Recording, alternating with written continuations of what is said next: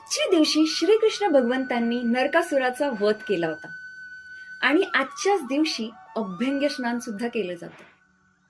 आज आपण सकाळी जे अभ्यंग स्नान केलं ते शारीरिक होतं, पण ज्या क्षणी हा व्हिडिओ तुम्ही पाहाल तेव्हा हे नक्की खरं स्नान कुठलं असेल तर ते आत्म्याचं, मनाचं आणि बुद्धीचं.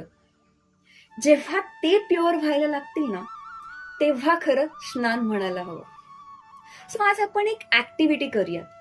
हा व्हिडिओ जेव्हा पाहाल त्यावेळी 5 मिनिटं डोळे मिटून शांतपणे श्रीकृष्ण भगवंतांचं नाम घेऊन डीप इनहेल आणि एक्झेल करून त्या लोकांना, त्या सिच्युएशन्सना, त्या वाईट आठवणींना आठवूयात ज्यामुळे आयुष्यात खूप खूप खूप त्रास झाला आणि त्या हळूहळू आपण आपल्या आठवणींमधून निघून जात आहेत असं व्हिज्युअलाइज करूया.